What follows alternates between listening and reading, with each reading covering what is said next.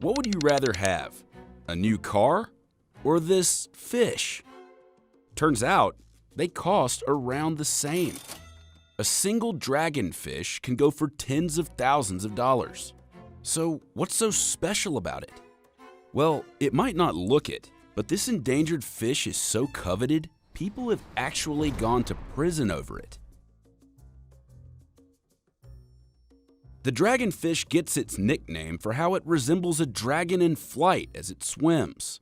However, its real name is the Asian arowana. It's a freshwater fish native to Southeast Asia, and it has taken the aquarium market by storm. Today, these fish are so prized that some have their own motorcades, and breeders protect their stock with layers of concrete walls, complete with guard dogs and watchmen. There's even a market for cosmetic surgery to help subpar fish who need eye lifts or chin tucks. And that may sound like overkill, but it's really not. It's a very valuable commodity, and that had driven a tremendous amount of crime around the areas where it's bred. That's Emily Voigt, who explores this world for her book, The Dragon Behind the Glass. We're talking murder and midnight fish napping. This wasn't always the case, however. Up until the second half of the 20th century, these fish weren't flaunted. They were filleted and eaten by locals. Then in 1967, an aquarium trader traveling through northern Malaysia saw a dead arowana at a food market and found it so attractive that he sought one out to keep as a pet. By the 1980s, arowanas had turned up in Taiwan, and eventually people all over Asia wanted one.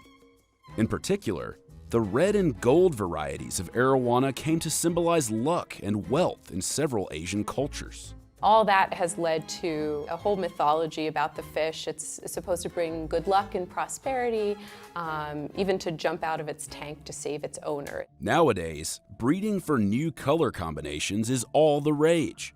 Like this fish, called the chili red, which you can get for around $1,400 each.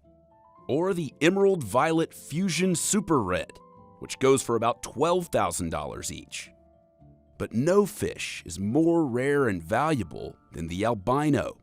In 2009, one of these supposedly set a record, selling for $300,000 to an anonymous high-ranking official in the Chinese government.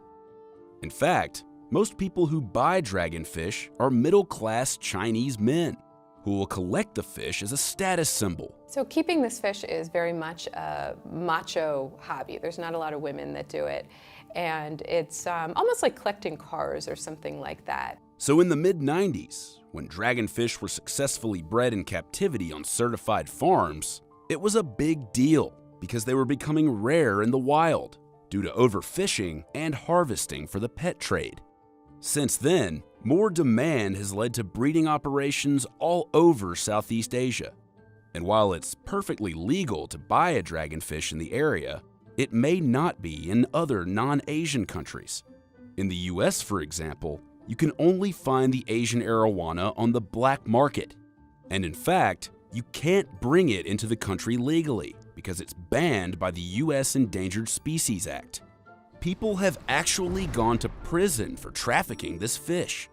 So if you have an itch to have a dragon-like pet, maybe you should stick to something safer, like bearded dragons